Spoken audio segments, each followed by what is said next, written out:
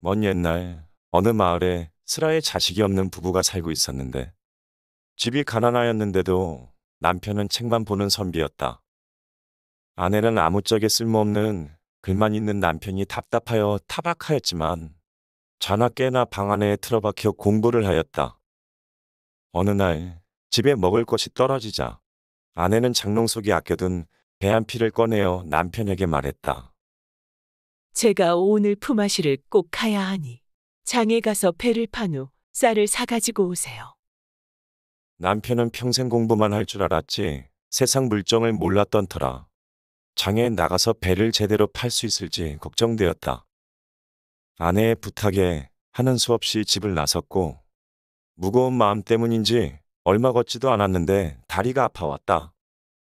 잠시 느티나무 아래에 앉아 쉬면서 옆에 둔 배를 보고 있으니 저걸 어떻게 팔아야 하나? 하며 큰 한숨을 내쉬었다. 그때 한 청년이 다가와 선비에게 말을 걸어왔다. 선비님, 무슨 걱정이 있으시길래 땅이 꺼지도록 한숨을 쉬고 계십니까? 배를 팔러 장으로 가는 중인데 자기가 당최 물건을 팔아본 적이 없어 걱정되어 한숨을 지었다고 말했다. 청년은 빙그레 웃으면서 말했다. 지금 장에 가는 길인데 그리 걱정되시면 제가 대신 팔아드릴까요? 선비는 화색이 돌며 그리해 줄 수 있겠소. 라고 대답했지만 다시 머뭇거리며 말했다. 근데 배를 판 돈으로 쌀도 사야 하오.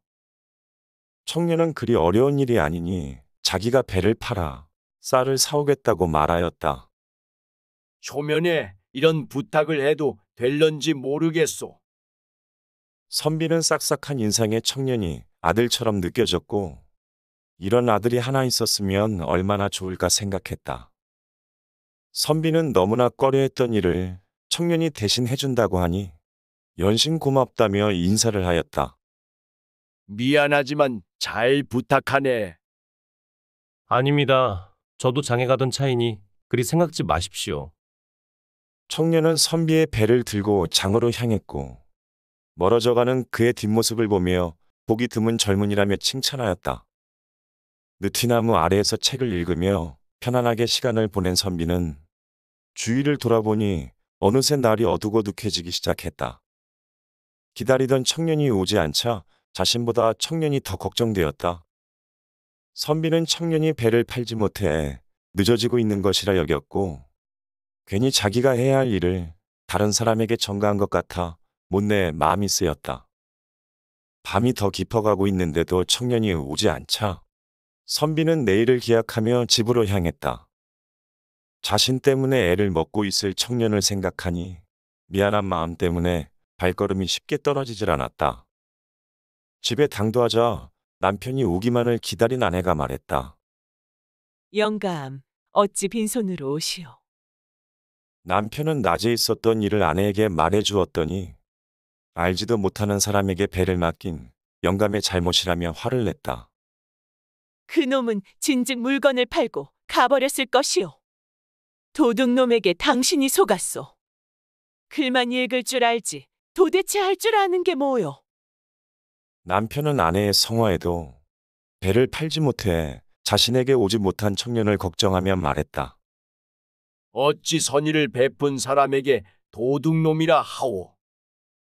내일이면 배를 팔아 쌀을 가지고 올 것이라며 아내를 진정시켰다.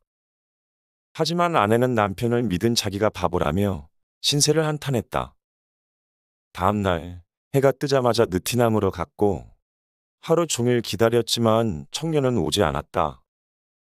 해가 지고 다시 집으로 돌아가자 아내는 이미 배를 들고 튄 나쁜 놈을 왜 기다리냐며 앞뒤 꽉 막힌 고지식한 양반이라고 구박하였다.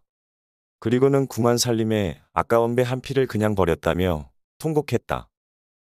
선비는 심성고운 청년의 눈을 떠올렸고 쌀을 가지고 꼭 올 거라며 자기를 믿어보라 했지만 아내는 대꾸도 하지 않았다.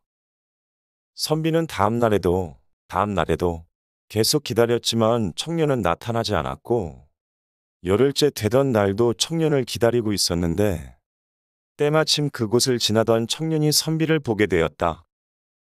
여태 자신을 믿고 기다리고 있는 선비의 모습에 놀라워했고, 다음 날도 몰래 숨어서 지켜보니 계속 자신을 기다리고 있었는데, 그때 스님 한 분이 지나가다 선비에게 물었다. 어찌 하루도 안 빠지고 여기에 오시는지요?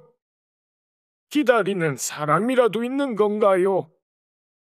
자신은 산중턱 절의 스님인데 매일 느티나무 아래에 있는 선비를 보게 되었고, 그 연유가 궁금해서 오늘 와보게 되었다고 말했다.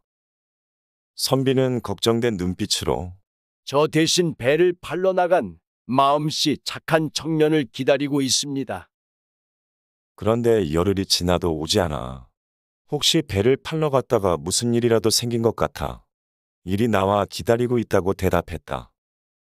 청년은 자신을 도둑이라 여기지 않고 심지어 걱정까지 하고 있는 선비의 이야기를 듣자 자신이 저지른 잘못된 행동을 돌아보게 되었다.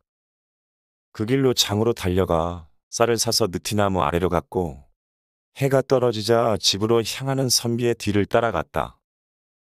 집에 도착한 선비를 보자 아내는 이제 배 한 피를 도둑 맞은 것보다 매일같이 청년을 기다리는 남편의 행동이 더욱 못마땅했다.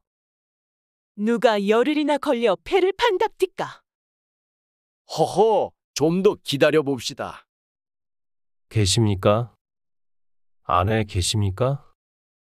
누가 부르는 소리에 선비가 밖으로 나와 보니 기다리던 청년이 서 있었는데 갑자기 무릎을 꿇으며 선비님, 정말 죄송합니다. 용서해 주십시오. 자네, 무슨 소리 하는가? 청년은 처음부터 나쁜 의도로 선비님에게 다가갔으며 배 한 피를 훔치기 위해 일부러 팔아주는 척만 한 것이라고 했다. 그런데 오늘 낮에 우연히 스님과 나눈 이야기를 엿들었고 선비님의 따뜻한 마음씨에 자신의 행동을 뉘우치게 되었다고 말했다. 그리고 다시는 나쁜 짓을 하지 않도록 용서를 구하려고 왔다며 선비에게 100배 사죄하였다. 선비는 자신의 잘못을 인정하고 스스로 나쁜 행동을 바로 잡았으면 된 것이라며 청년의 두 손을 꼭 잡고 일으켜 세웠다.